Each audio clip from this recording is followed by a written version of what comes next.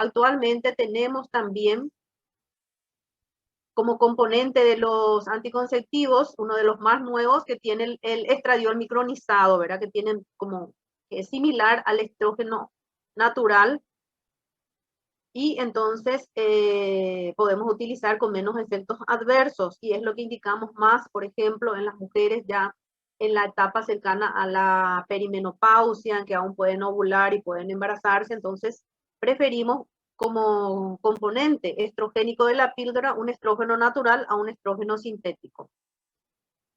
¿Y cuál es la ventaja del etinilestradiol? De que es barato y es activo por vía oral. Otros estrógenos voy a ir preguntando, así que después de terminar a ver si se les quedó o no se les quedó lo que yo voy desarrollando. El mestranol es menos potente que el etinilestradiol, porque para tener efecto tiene que degradarse otra vez a etinilestradiol. El quinestrenol, que es más activo biológicamente que el etinilestradiol, tiene una acción más prolongada por vía oral, y creo que hasta la fecha hay uno que se utiliza, verá que cuyo nombre comercial es 1 al mes, pero vieron la dosis altísima que tiene digamos, el estrógeno sintético, 3.5 miligramos. Cuanto más alta dosis de estrógeno, más efectos adversos, ¿verdad? Bueno, entonces, y el quinestrenol son los únicos estrógenos que son utilizados en los anticonceptivos orales. Y esta píldora de quinestrenol solamente se toma 1 al mes, ¿verdad? Una vez al mes. Otros esteroides sintéticos es el dietil stilbestrol, también es barato, actualmente da muchos malestares gástricos, estimulan también la mitosis a nivel del endometrio, que es otro de los efectos que pueden hacer los estrógenos, actuar en el endometrio proliferando ese endometrio. Y cuando son usados en el embarazo, porque anteriormente, que van a dar ya más adelante, hay una clasificación del aborto. Conato de aborto es como un intento de aborto, no es que la paciente produzca. El conato de aborto, pues, es digamos, algo que puede producirse cuando la paciente tiene sangrado, dolores en el hipogástrico, pero no hay modificaciones en el cuello del útero. En ese caso, uno de los tratamientos que solemos dar es estrógenos o progesterona, que anteriormente utilizaban mucho este dietilestilbestrol, y con el tiempo se vio de que cuando son usados en el embarazo, lo usaban con un fin al parecer noble, que era intentar detener ese aborto, pero se vio más adelante que producen malformaciones del aparato genital y carcinoma vaginal en las mujeres jóvenes, o sea, en los productos de esa gestación, el adenocarcinoma de células claras a nivel entonces de la vagina, a nivel del cuello del útero, etcétera. Entonces se dejó de utilizar y ya salió, digamos, de la línea, pero tenemos que citar. Otros son el exestrol, dienostrol, bencestrol, que ya no son utilizados en la actualidad. Y otros sintéticos, tenemos los moduladores selectivos de los receptores de estrógenos, llamados también SERMs, tales como el tamoxifeno, que se utiliza para el tratamiento del cáncer de mama, y el citrato de clomifeno como estimulador, digamos, de la ovulación. ¿Cuándo indicamos estrógenos? Así como vimos en el caso de los complementarios, en las mujeres que ya no tienen ovario, en el climaterio, en la hipoplasia genital y de mamas. Como un tratamiento inhibidor en los anticonceptivos orales, en las dismenorreas, porque sabemos que la dismenorrea, que es dolor con la menstruación, se produce en mujeres que todo produce cierto tipo de prostaglandinas. Estas prostaglandinas dan contracciones uterinas muy enérgicas que dan dolor. Entonces, uno de los tratamientos iniciales de la dismenorrea suele ser los inhibidores de las prostaglandinas, los AINES, ¿verdad? Si con eso no pasa, sigue la paciente con dolor, el siguiente paso, el algoritmo de tratamiento es dar ya anticonceptivos orales para el tratamiento. Pasa con todo esto, tenemos que pensar que puede ser una causa orgánica, ¿verdad? Como la endometriosis, etc. Un útero en retroverso flexión. Entonces acá también nos actúan nos ayuda los estrógenos. El tratamiento complementario en las disgenesias gonadales, con insuficiencias ováricas, por ejemplo. En la infertilidad, hay como infertilidad, vamos a ver que se estudian por causas, el factor cervical, el factor uterino, factor tubario, factor, o sea, hipotálamo, hipófisis, etcétera. Y dentro del factor cervical, una causa de infertilidad puede ser un moco cervical hostil, ¿verdad? Que es poco apto para la penetración espermática. Entonces puede ser también para mejorar ese moco cervical en el tratamiento de la infertilidad. En las hipotrofias vulvo-vaginales, ya sea las seniles o las infantiles, podemos dar en forma de óvulo, de cremas. En la hipoplasia uterina, en la atrofia genital, como les dije también en las colpitis es la inflamación de la vagina, ¿verdad? Cuello del útero, y en los trastornos e irregularidades del ciclo. Entonces, todas estas son las indicaciones terapéuticas, es decir, como tratamiento con el uso de estrógenos, porque tenemos también indicaciones diagnósticas en la estrogenoterapia. Por ejemplo, amenorrea. Cuando hablamos de amenorrea es la ausencia de menstruación por más de 3 meses. Menos de 3 meses hablamos de oligomenorrea. Entonces, en este caso, damos progesterona. Habíamos visto de que para que la progesterona actúe, que tenía que haber primero un nivel previo de estrógeno para ir preparando ese tejido a la acción de la progesterona. Entonces siempre tiene que haber un nivel previo de estrógeno para la progesterona, que la progesterona actúe. Y podemos usar estrógenos conjugados equivalentes en los últimos 10 días. O entonces vemos cómo, qué pasa después de dar un determinado tiempo de estrógenos y suspendemos, puede presentarse o no presentarse sangrado.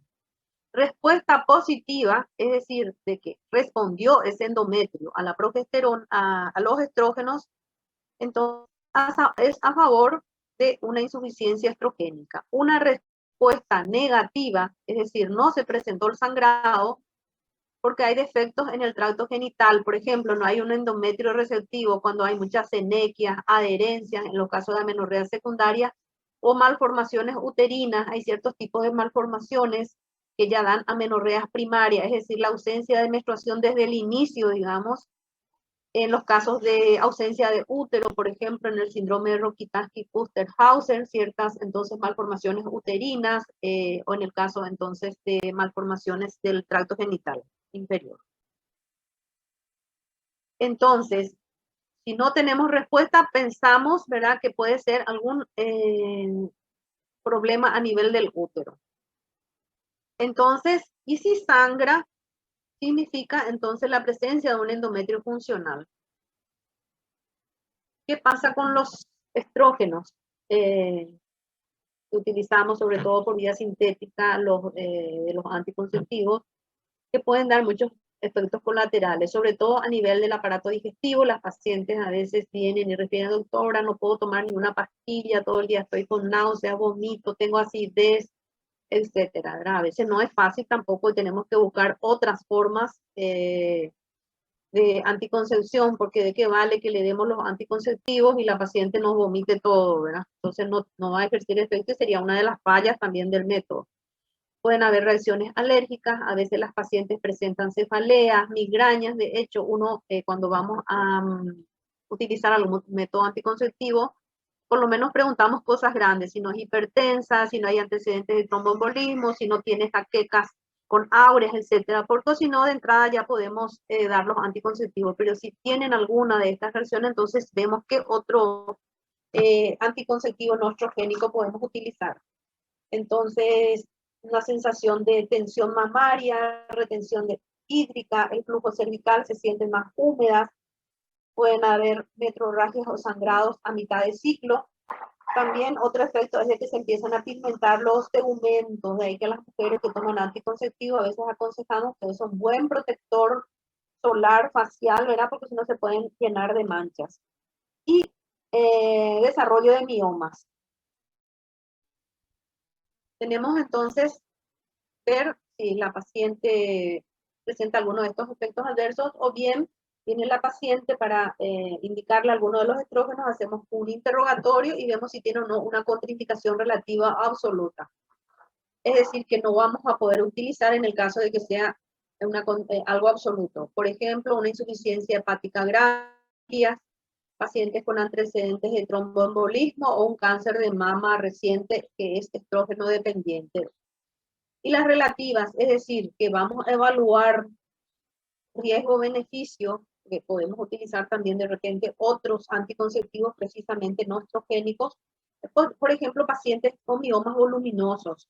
¿Por qué? Porque el crecimiento de estos miomas ahí tienen receptores estrogénicos, entonces y a veces iniciamos con miomas pequeños, damos anticonceptivos y controlamos de vuelta a la paciente y ese mioma aumentó mucho de tamaño.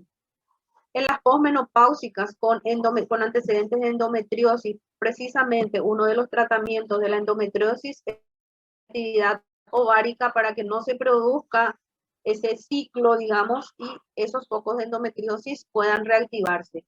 Pacientes con patologías cardíacas o renales con edema por los efectos generales que los estrógenos producen en estas áreas, o un cáncer de mama en aparente curación. También sabemos que el cáncer de mama, cuando se le hace, hay que ver si son receptores hormonales positivos o negativos. De ahí que las pacientes con receptores estrógenos positivos se le da un antiestrógeno por largo tiempo, ¿verdad? Que es el tamoxifeno u otros ahora más nuevos, algún inhibidor de las aromatasas. Bueno, ahí terminamos con lo que es estrógenos. Pasamos.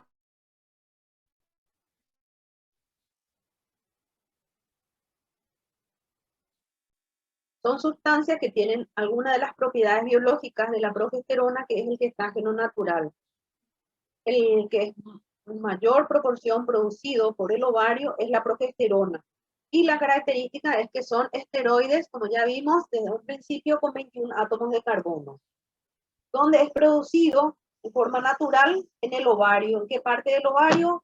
En el cuerpo lúteo, entonces en las células de la granulosa que ya se lo utilizaron previamente estimuladas por la LH y producen estos precursores, digamos, la pregnenolona, vimos la progesterona, la 17 hidroxiprogesterona y la 20 alfa hidroxiprogesterona. En la placenta también, durante el embarazo, de hecho, es la hormona que domina el embarazo, ¿verdad? Y las glándulas suprarrenales. En este caso, entonces, nosotros vamos a estudiar específicamente lo que es la producción de la progesterona por el cuerpo lúteo ovárico. A diferencia de los estrógenos, que vimos que tienen un efecto sistémico, es decir, en varios órganos de la economía, la acción de la progesterona se localiza más a nivel del aparato genital femenino, es decir, a nivel de mamas, a nivel de útero, trompas, genitales externos, etc. Y otra cosa también es de que para que actúe la progesterona tuvo que haber sido preparado previamente esos tejidos por los estrógenos, porque si no hay estrógeno, ¿verdad? No va a haber entonces acción de la progesterona. Otra característica también es de que su producción es transitoria y en proporción ínfima en la fase folicular y tienden a aparecer mientras haya actividad ovárica en la menarca y en la menopausia, ¿no? Así como el estrógeno, que puede haber producción, seguir la producción de estrógenos, ¿verdad? En la menopausia. Algo que les va a decir. Y vamos a la clasificación, las naturales, la progesterona y sus derivados. Ahí tenemos. Y las sintéticas o progestinas, que se agrupan de acuerdo con la molécula esteroidea básica del cual derivan. Los derivados del pregnano, que tienen 21 átomos de carbono, tenemos el acetato de medroxiprogesterona y el acetato de megestrol, los más importantes, y ahí tenemos también los otros más nuevos, como la gestronona, la clormadinona y el no-megestrol. Y los derivados del androstano, derivados de la 19-nortestosterona, que son los llamados 19-noresteroides, que es el componente de la mayoría de los anticonceptivos orales. Como les dije, los anticonceptivos orales tienen un estrógeno y un progestágeno. Los combinados continuos, generalmente en la primera píldora, desde la 1 hasta la 28 o hasta la 21, depende de cuáles tengan, el, el mismo estrógeno, ¿verdad? Del día 1 al 21, lo mismo que la progesterona. Esos son los combinados continuos. Los secuenciales van variando en la dosis de etinilestradiol o del progestágeno. Y de acuerdo al tipo de progestágeno que tenga esa píldora, por ejemplo, anticonceptiva, los primeros que aparecieron, por eso llamamos de primera generación, estaban compuestos por los de medroxiprogesterona, norepinefrina y linestrenol. Los de segunda generación, es decir, un paso más adelante y que tenemos todavía anticonceptivos y son los más baratos, el del levonorgestrel y la ciproterona. Estos son el levonorgestrel, por ejemplo, nosotros tenemos que saber en qué caso indicar tal o cual anticonceptivo a la mujer y más vamos orientándonos por su componente progestacional. Por ejemplo, el levonorgestrel es un anticonceptivo, como vimos, un poco de los más antiguos, de segunda generación, pero sigue siendo válido para como anticonceptivo, sobre todo en mujeres jóvenes, en aquellas que tienen disminución de la libido, ya vemos que es un derivado androgénico. En cambio, la ciproterona, el acetato de ciproterona es un antiandrogénico, entonces vamos a usar en pacientes con síndrome de ovario poliquístico, que tienen exceso, digamos, de producción de andrógenos. Los de tercera generación, los más, un poquito más nuevos, el desogestrel, norgestimato, gestodeno, y los de última o cuarta generación, la drospirenona y el dienogest.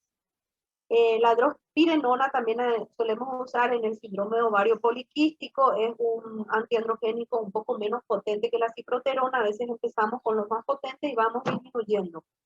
Y el dienogest solemos utilizar cuando en aquellas pacientes, por ejemplo, que tienen sangrados menstruales abundantes. ¿Por qué? Porque tienden a producir mucha atrofia endometrial. Entonces, tenemos para saber qué anticonceptivo vamos a indicar a la mujer. No es que se va a la farmacia y compra tal o cual, nomás ya como la mayoría hace. Entonces, lo ideal es ir, incluso empezar con uno que creemos que es conveniente para ella, pero al poco tiempo viene con tal o cual efecto y vamos cambiando. Es como un traje, digamos, hecho a medida, ¿verdad? Y acá entonces, por eso les puse cómo vamos evolucionando desde los primeros, que eran de primera generación y los anticonceptivos más nuevos que ya son los que tienen los de cuarta generación, digamos, de progestágeno, lo cual no quiere decir que, por ejemplo, podamos usar ahora uno de segunda generación de acuerdo a cómo vaya necesitando la paciente. Y algunos progestágenos, ahora tenemos, por ejemplo, la drosperinona, que es como componente único del anticonceptivo.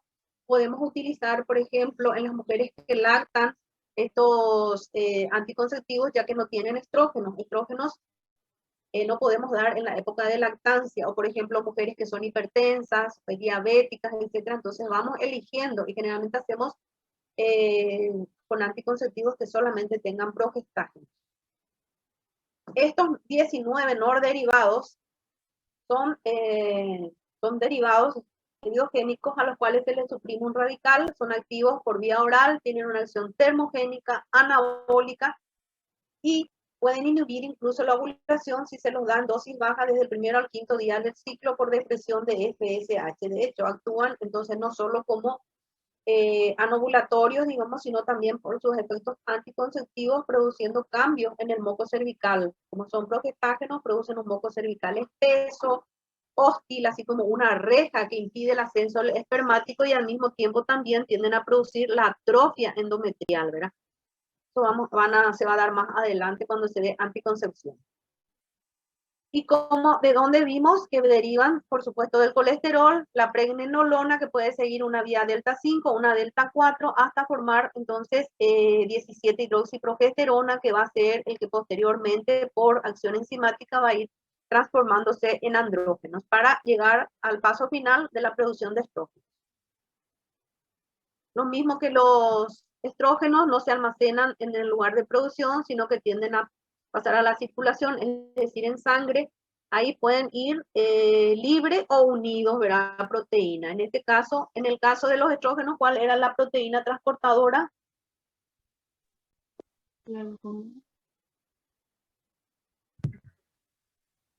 A ver. SHBG no era. Una de ellas también. Es una globulina, ¿verdad? Transportadora de esteroides sexuales, y en este caso se une a una transportina una glucoproteína, a la albúmina y la porción libre, que es menos del 1%. Y sabemos que va a ser la porción libre, es la que es activa biológicamente. Y también tenemos que manejar los valores en la etapa primera o en la fase lútea. En la fase folicular o antes de la ovulación, sus cifras es prácticamente indosable. Valores a 1 nanogramos por ml. En cambio, en la fase posovulatoria, cuando vemos que ya hay producción por ese cuerpo amarillo, pueden llegar hasta 25 nanogramos por ml. De hecho, una forma indirecta de saber si esa paciente ovuló o no es el dosaje de progesterona en el día 21 a 23 del ciclo. Si tenemos un nivel evidentemente que no hubo ovulación, ¿verdad? Si tenemos un nivel de 15 para arriba, sí, entonces indica producción de progesterona, por consiguiente ovulación. Eso se estudia en los protocolos de esterilidad, digamos, cuando una paciente, por el contrario, en vez de buscar anticoncepción, viene porque no puede embarazarse. Bueno, también la progesterona, al igual que todos los otros esteroides sexuales, se metabolitos. El más conocido de todos es el pregranodiol. A nivel del hígado es conjugado y es eliminado por la orina en forma de glucuronatos. Y también otro porcentaje, el mayor porcentaje, entonces es eliminado por la orina, al igual que los estrógenos, y también puede ser eliminado por la materia fecal. Una cosa que a veces uno ve, ¿verdad? En la mujer, en la etapa, en la menopausia, ¿qué hormonas pediríamos? ¿Les parece? Para manejar cómo está su actividad ovárica. A ver, le voy a preguntar, es pensar un poquitito. A Luján, que me puso su foto ya otra vez.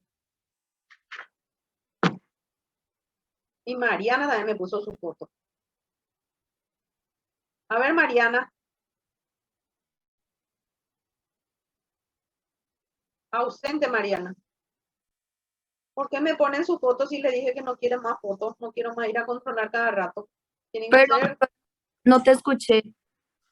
Y sí, porque no estabas. A ver, ¿quién le puede decir? Junior, hazle un poco la pregunta que yo hice. Ya les dije que en cualquier momento les voy a preguntar. Así que tienen que estar prendidos y no quiero fotos. A ver, Junior, ¿cuál fue mi pregunta? Junior, yo. O el que cantó la pregunta puede volver a preguntarle a Mariana. Sí, es que en una mujer menopáusica, ¿qué hormonas se tiene que dosar? Exactamente. ¿Cuál vamos a pedir como base? Con 2 hormonas ya nos manejamos.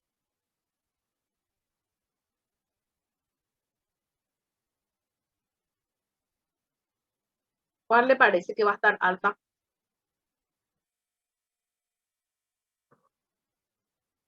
Pensar nomás lo que es el ciclo ovárico. ¿Qué pasa con el ovario? Y estrógenos. Bueno, ¿y la otra hormona?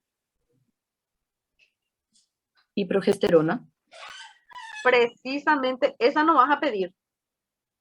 ¿Cuándo se produce? ¿Por qué? Porque no hay ya, ¿verdad? Vamos a pedir la folículo estimulante. Sí. El hipotálamo hipófisis está tratando de estimular al ovario porque no detecta que haya estrógeno. Entonces estimula al ovario para producir más estrógenos. En el ovario ya no hay folículos ni células de la cosa porque funcionalmente eso se va a, digamos, con cada ciclo hasta que llega la menopausia, que vimos que había poquísimos folículos que ya no responden. Pero el hipotálamo hipófisis no entiende eso, estimula. Entonces vamos a tener niveles altos de FSH bajo del estradiol y no vamos a hacerle gastar a la paciente porque pidiéndole progesterona, ¿verdad? Porque va a ser indosable. Yo veo que algunos colegas piden dosaje de progesterona. ¿Qué sentido tiene, ¿verdad?, pedir progesterona en una mujer en la menopausia con esas 2 hormonas? Y aparte que los dosajes hormonales son caros, ¿verdad? No son baratos. Mira lo práctico también, pedir folículo estimulante, ni LH vamos a pedir, folículo estimulante y estradiol. Con esos 2 y 2 determinaciones, con un estradiol por debajo de 20, y cobramos por ml. Vimos que su pico máximo para que haya ovulación era 200 a 500, ¿verdad? Con valores de menos de 20 picogramos de estradiol y de la folículo estimulante por encima de 40, normal era entre 2, 5 a 10, ¿verdad? Podemos hacer ya un diagnóstico de que ese ovario no está funcionando y que esa paciente está ya en su etapa de climaterio o menopausia. Esto solamente les a modo recordatorio. En los ciclos bifásicos, es decir, que tienen dos fases, una fase folicular y una fase lútea, el dosaje de progesterona es bajísimo, menos de 1 nanogramos por ml.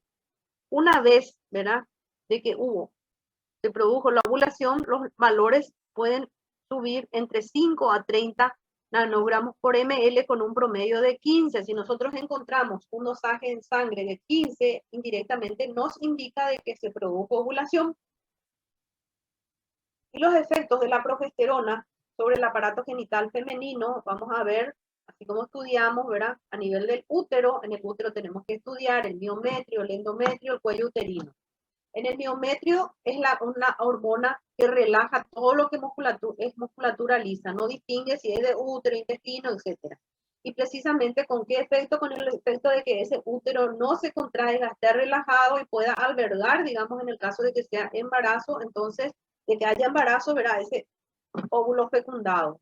Entonces va a disminuir las contracciones y la respuesta a la oxitocina. En el endometrio ya vimos también la fase secretoria a nivel de los 4 componentes: glándulas, estroma, epitelio, vaso sanguíneo, con todos los cambios que ya estudiamos. Y del cuello del útero, a nivel del endocervix, ese moco que ya vimos de que era filante, transparente, se vuelve opaco, espeso, y de lo que formaba como una carretera, digamos, para el ascenso espermático, ahora forma así como un enrejado para impedir el ascenso del espermatozoide. También ya pierde su poder esa cristalización que vimos en la otra figura, ya no cristalizan hojas de lecho macho, hay menor cantidad, su transparencia, filancia, y el orificio cervical externo que vimos entreabierto, en el cual el moco cervical salía como una cascada, va disminuyendo. En las trompas, sí, también preparar la mucosa tubaria para que tenga secreción para poder nutrir, digamos, el óvulo, en el caso de que sea fecundado.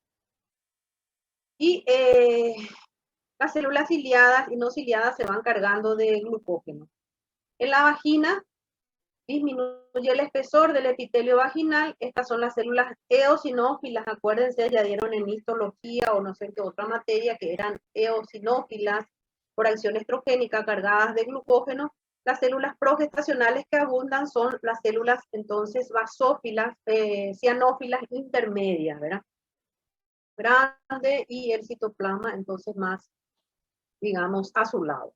Entonces, por un frotis, un estudio hormonal, nosotros podemos saber indirectamente también su estado hormonal, ¿verdad? Predomina células eosinófilas más estrógenos. Cuando predominan más las células basófilas con esas características, entonces es más acción de la progesterona.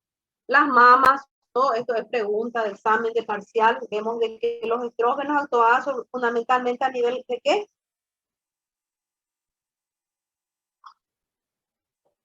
Del conducto de canalículos. En cambio, la progesterona actúa más sobre los alveolos para la producción y secreción, digamos. Estos alveolos tienen una acción proliferativa, aumentan esto, se desarrolla secretoria.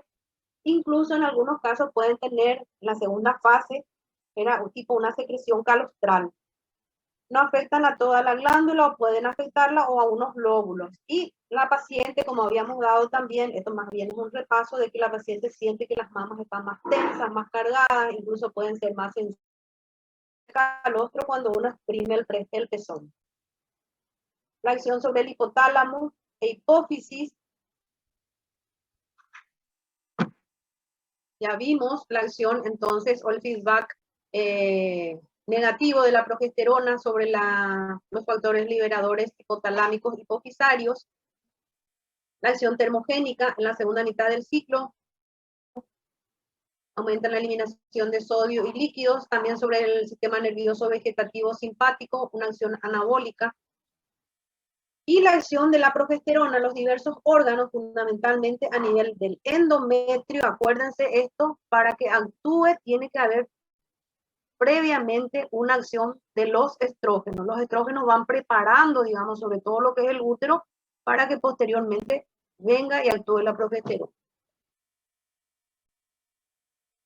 En cuanto a los efectos adversos, digamos, de la tóxico de la progesterona, no es tanto como el estrógeno. El estrógeno tiene más efectos adversos que la progesterona.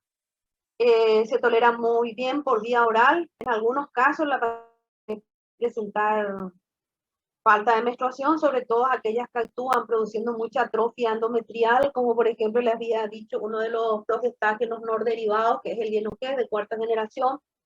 O también tenemos actualmente anticonceptivos hormonales mecánicos como el DIU, que tiene levonorgestrel, ¿verdad? Que produce mucha atrofia endometrial y las pacientes después de 1, 2 o 3 meses quedan en amenorrea. Hay que explicarle muy bien a las pacientes, bueno, nuestra cultura es la cultura del menstruar, que así uno se libera de todo lo sucio, algo. Entonces creen que si no menstruan se va a acumular toda la sangre y queda ahí. Entonces tenemos que explicarle que por acción de esa hormona la capa del útero no se desarrolla, se atrofia y no hay nada que se acumule, ¿verdad? Que sí ejerce un buen efecto anticonceptivo. A veces las pacientes presentan somnolencias, náuseas, diarreas, cólicos, astenias, cefaleas, mareos, pero mucho menos efectos colaterales que los estrógenos. Y como les dije, si estos estágenos son administrados desde el inicio del ciclo, a la larga pueden dar atrofia del endometrio. De hecho, uno de los anticonceptivos que es utilizado en la lactancia, cuando ya no es útil o eficaz el método de Mela, que es la lactancia, método anticonceptivo por la lactancia, las pacientes toman estos anticonceptivos con progestágenos y no menstruan incluso durante todo el tiempo que están tomando, pero están bien protegidas para un embarazo. Cuando indicamos los progestágenos, así como los estrógenos, tenemos indicaciones terapéuticas y las indicaciones diagnósticas. Las terapéuticas ya vimos como anticonceptivos, anovulatorios, en combinación con los estrógenos o sola, dependiendo del caso, verán, la lactancia o en pacientes que son de alto riesgo para el uso de estrógenos.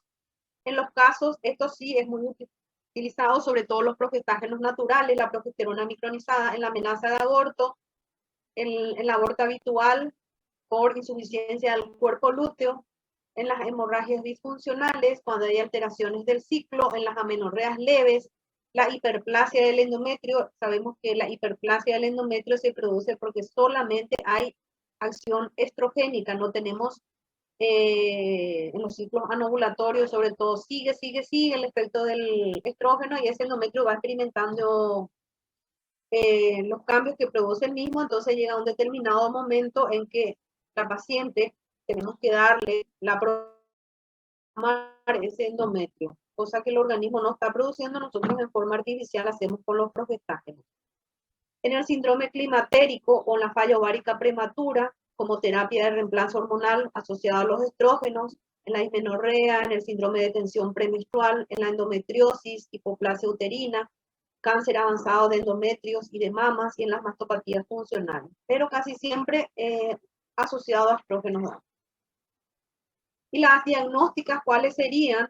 En las amenorreas u oligomenorreas, en la llamada prueba de la progesterona, podemos usar cualquiera de las progesteronas, generalmente usamos la micronizada vía oral.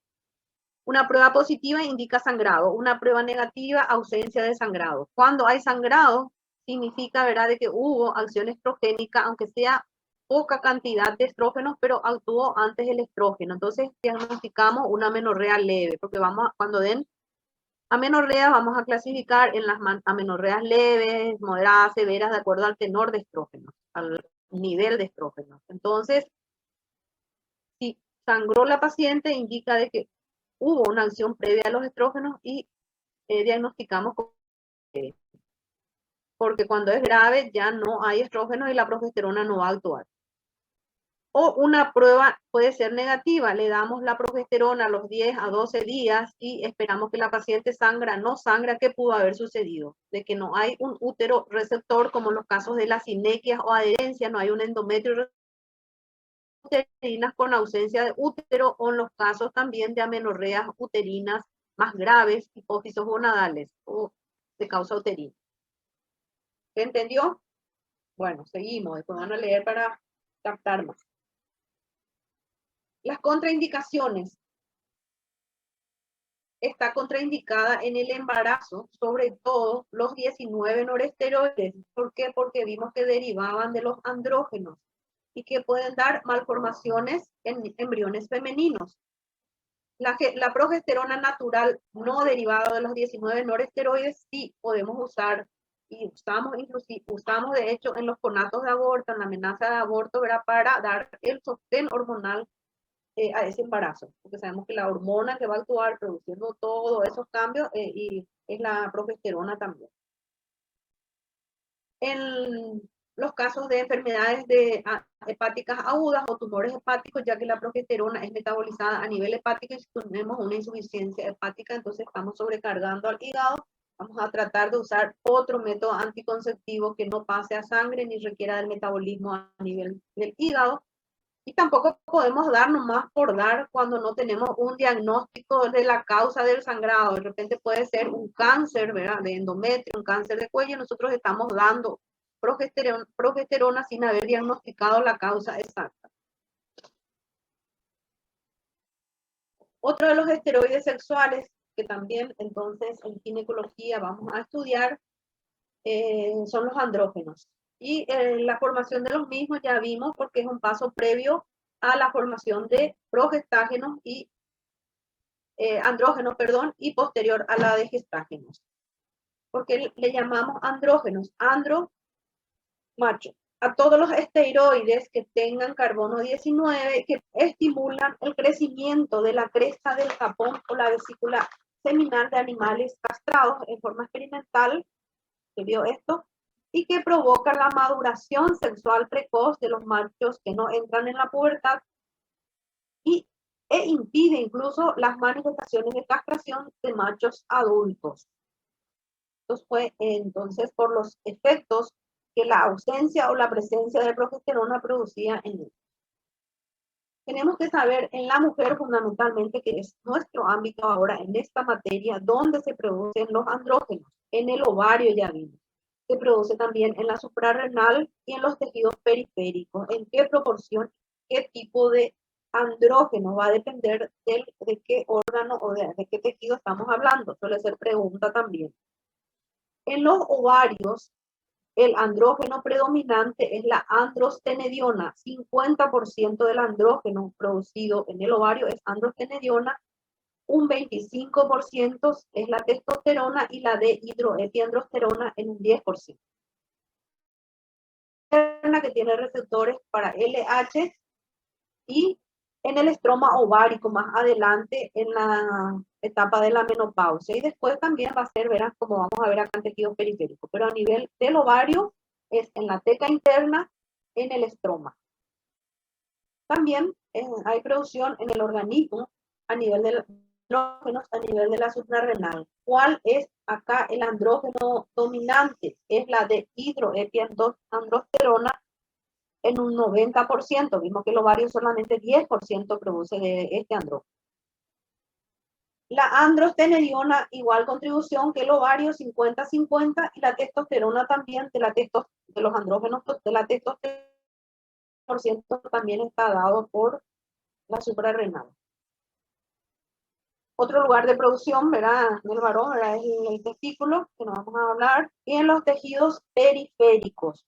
Otra cosa, el sulfato de hidroepiandrosterona, y, ratito, 100% es de producción de la glándula suprarrenal. Entonces, si nosotros tenemos muchos andrógenos y dosamos, ¿verdad? Y vemos que es sulfato de hidroepiandrosterona, tenemos que pensar de que es un tumor de la glándula suprarrenal o si predomina la de hidroepiandrosterona. Entonces, ahí que es importante saber también cuáles son los lugares predominantes de producción de tal o cual andrógeno. En los tejidos periféricos, sobre todo esto tiene mayor importancia en la menopausia, en que el ovario ya produce solamente algunos andrógenos y estos andrógenos son convertidos en la piel y en la grasa y en la piel en estrógenos. Fundamentalmente la dehidroepiandrosterona y la androstenediona son convertidos a testosterona. 40 a 50% de la testosterona entonces es de origen periférico. Entonces vemos así por orden. Los principales andrógenos, primordialmente vimos androstenediona, 25% de testosterona, le sigue. Y ahí vemos un gráfico, ¿verdad? Los ovarios, la contribución a la producción de andrógenos de los ovarios y la glándula suprarrenal. 50-50 androstenediona. Un ratito, por favor. Hola. Sí, sí.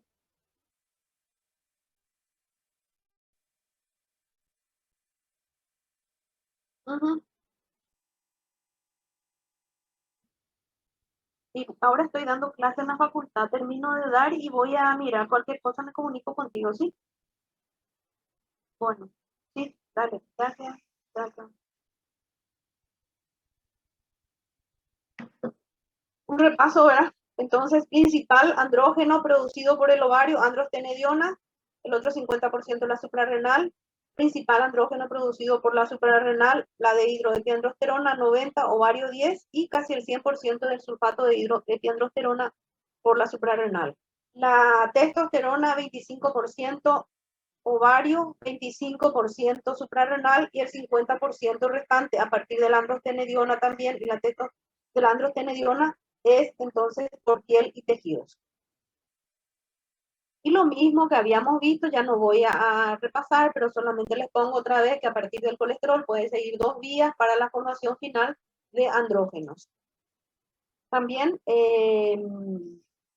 saber de que casi todos los andrógenos que son producidos a nivel de las células de la teca interna pasan a las células de la granulosa por acción de las aromatasas inducidas por la FSH, se convierten en estrógenos. Algunos, como androstenediona o la de hidroepi, pasan a la sangre y a nivel periférico se convierten en testosterona. Entonces, más que en pueden convertirse en testosterona, pueden convertirse otra vez en estrona o estradiol. Y cómo son excretados en la orina en forma de metabolitos 17 cetosteroides. ¿Cuáles son los valores en una mujer de testosterona? 370 picogramos por ml, como vean ustedes, verá que es de 7.300 picogramos por ml. Y la androstenediona, que es el andrógeno predominante, 1.700 picogramos por ml en la mujer, y en el varón un poco menos, 1.200. Y la testosterona en la mujer, como ya dijimos, que es de origen mixto, un poco de la transformación periférica a nivel de piel de la androstenediona, del ovario y la suprarrenal, de la que produce la suprarrenal, el ovario. Entonces, esta androstenediona es de una potencia intermedia a la testosterona.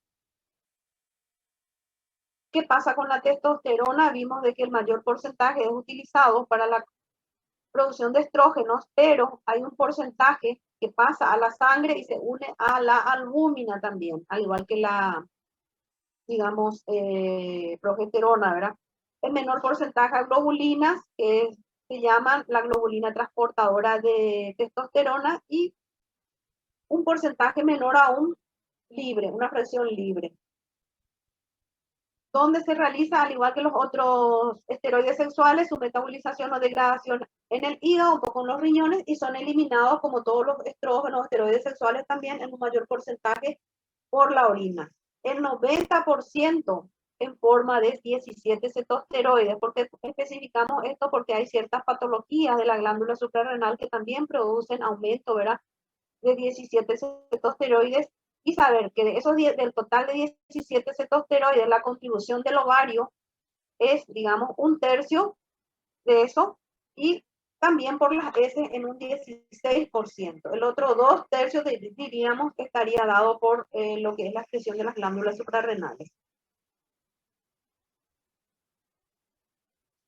También entonces se une receptores específicos para poder ejercer la testosterona y la dihidrotestosterona por difusión, y ejercen su acción biológica en los tejidos mediante unión al receptor androgénico específico, que es intracelular y del núcleo.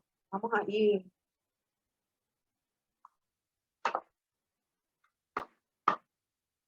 Bueno, La testosterona se convierte, tenemos que saber que la que actúa a nivel periférico es la dihidrotestosterona, que es mucho más, digamos, activa o es más potente que la testosterona, y eso hace por acción de una hormona que es la 5-alfa reductasa.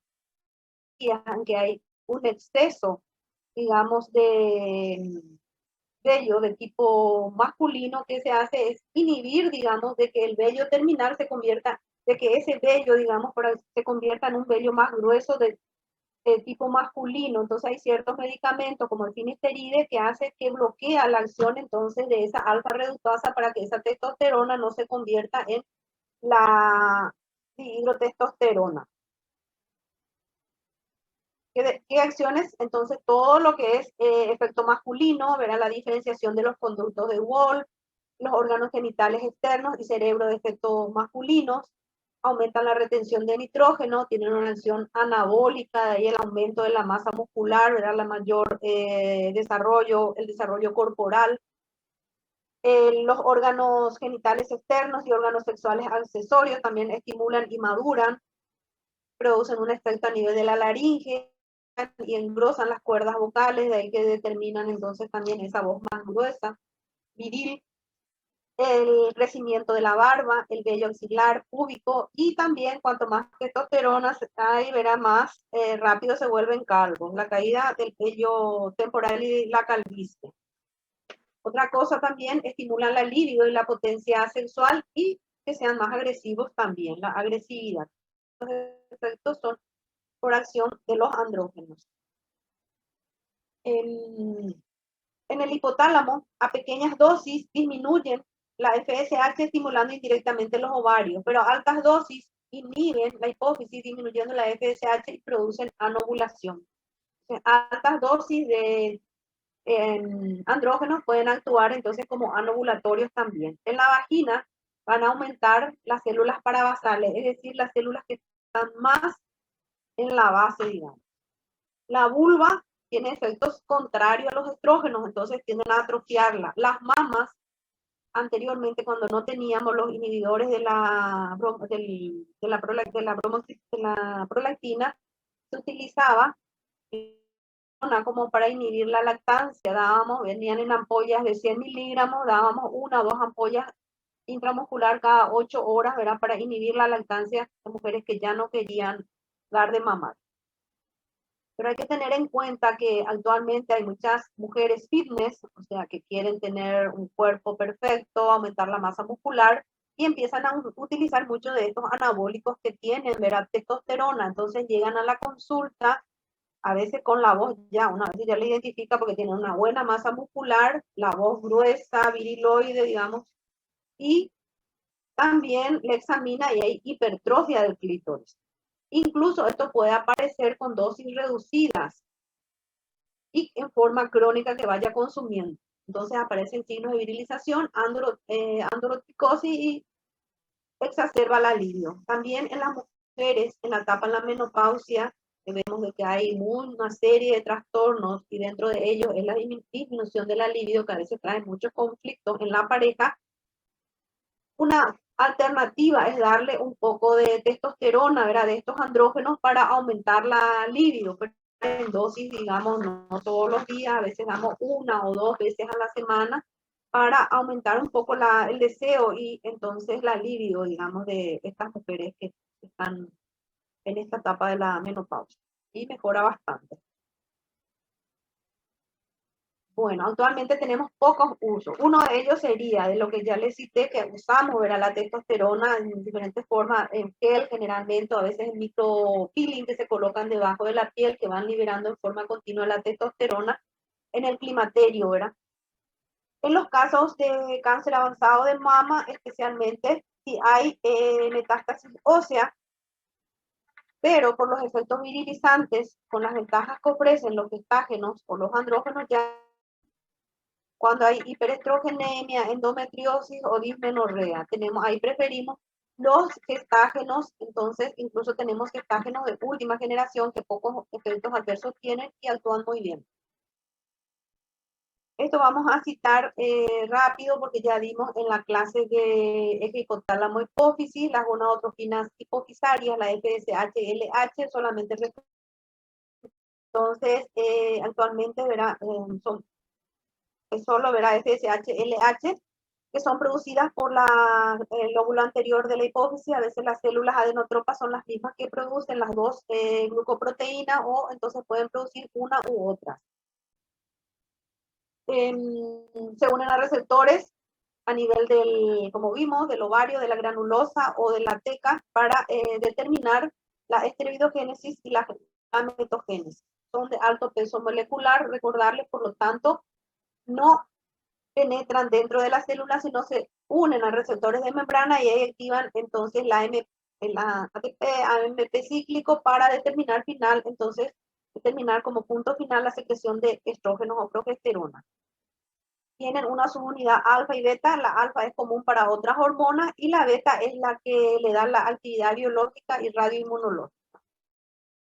Como son reguladas por el sistema nervioso central, por entonces los factores liberadores, que es un decapéptido, es decir, que tienen peso molecular, eso era de peso molecular bajo, que penetraban dentro del gonadotropo y determinaban al final la producción de estas hormonas.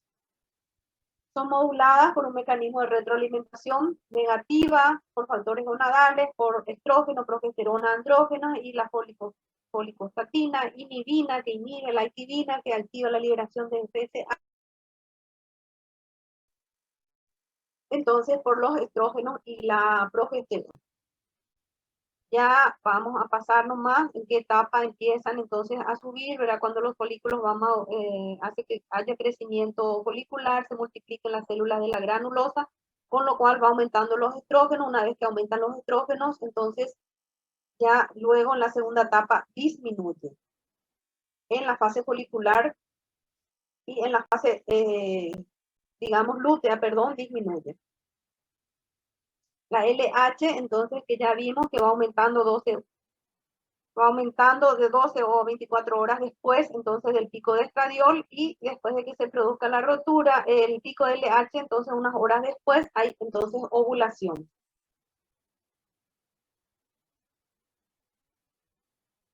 Ya vimos también esto, vamos a pasar, pero parte de dentro de la hormonoterapia en ginecología, FSH, y cuáles son los tipos de gonadotrofinas que disponemos en la práctica y para qué utilizamos estas hormonas. Las gonadotrofinas coriónicas, como su nombre lo dice, son producidas por el sistema corioplacentario, es decir, se extraen de la placenta y son las que se utilizan en la práctica de la orina de la mujer embarazada o del suero de las formas en que se obtienen esta HCG. ¿Y en qué usamos? Tienen entonces una actividad similar a la LH. Inducen la ovulación 32 a 36 horas después de su administración. Los nombres comerciales, porque en los protocolos de fertilidad se hace entonces primeramente una maduración de los folículos con la FSH, que vamos a ver. Una vez alcanzado un cierto tamaño del folículo, se hace la inyección de esta HCG para producir el pico de LH y posteriormente el pico de radioovulación. Estamos induciendo a la ovulación, algo que no se produce normalmente en esa mujer, y nosotros en forma artificial hacemos con estas hormonas. Y la HMG, gonadotrofina menopáusica humana. ¿Qué es lo que más predomina en la menopausia? La FSH. ¿Y de dónde conseguimos? De extractos de hipófisis humana en las autopsias anteriormente y actualmente en los extractos de orina de mujer menopáusica, y son las que están disponibles en el mercado. Tienen las dos actividades, folículo estimulante y luteinizante, pero tienen mayor efecto folículo estimulante, ¿verdad? Cuando utilizamos esta HMG en la infertilidad femenina, estimulamos el ovario junto con la HCG en aquellas que no ovulan o tienen una falla ovárica primaria. Como les dije, primero utilizamos la HMG, que es de la orina de mujer menopáusica, que tiene mucha cantidad de FSH, para simular un ciclo como de primera Entonces, ¿de qué pasa? Que madure un folículo, ese folículo que va madurando produce estradiol. Cuando hay el pico de estradiol, todas esas mediciones se hacen por laboratorio, se pasa, digamos, a la otra hormona que es la HSG, que tiene mayor actividad LH para que se produzca la ovulación. También se puede usar en la infertilidad masculina. ¿Y en qué forma vienen? Vienen entonces en ampollas de 75 unidades internacionales por ml o de 150 unidades por ml. Habitualmente se dan entonces desde el tercero hasta el 10º o 12º día del ciclo. Desde el tercero hasta que alcance el crecimiento, luego se usa la HSG. Para hiperestimulación en reproducción asistida, vemos de que se utilizan entonces inclusive 150 a 300 unidades, digamos, 1 a 2 ampollas de 150 todos los días. Eso puede producir también una hiperestimulación del ovario, que ya caemos en otro campo, ¿verdad? Que también complica un poco el cuadro. Y los valores que les dejo acá para que ustedes manejen, ¿verdad? La fase folicular, como tenemos niveles de hasta 11 miliunidades internacionales, en el pico ovulatorio hasta 18, en la fase lútea va 18, y en la menopausia cómo se elevan, ¿verdad? Y la FSH también, así respectivamente.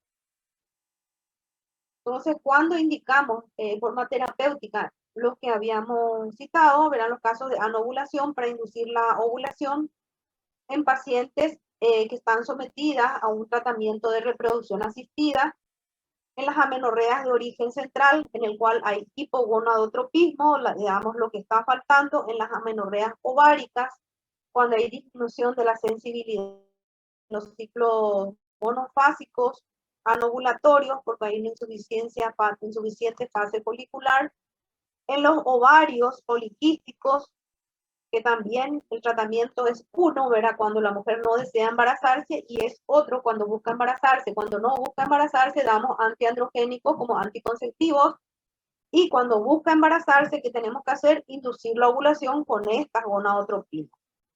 Y en algunos casos masculina. ¿Cuáles son las contraindicaciones de estas gonadotropinas? Por supuesto, cuando hay amenorreas por hipergonadotropina. Si hay muchas gonadotropinas, no vamos a estar exagerando y dando, ¿verdad?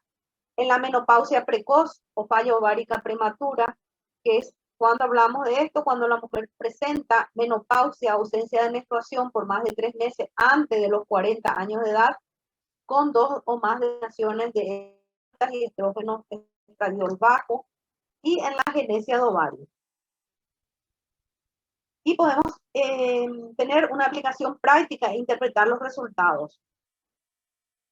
Cuando la LH está aumentada y la FSH es normal, tenemos que pensar en un síndrome de ovario poliquístico. Generalmente la relación es 2-1 a favor de la FSH, o sea que la FSH está 2 veces más alta que la LH.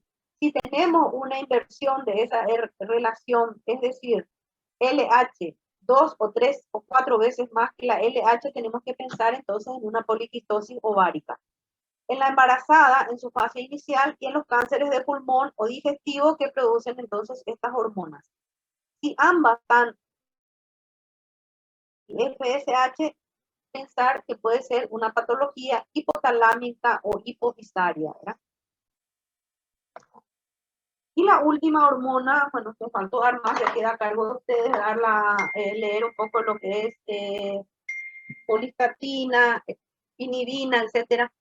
Vamos a hablar de la prolactina porque es una hormona que también está muy implicada en el área ginecológica, sobre los casos, ¿verdad?, en la lactancia, y también en ciertas patologías en el cual cursa con amenorrea, galactorrea, es decir, la paciente no presenta menstruaciones y hay entonces secreción calostral por pezones, hacemos el dosaje de prolactina y vemos de que está alta.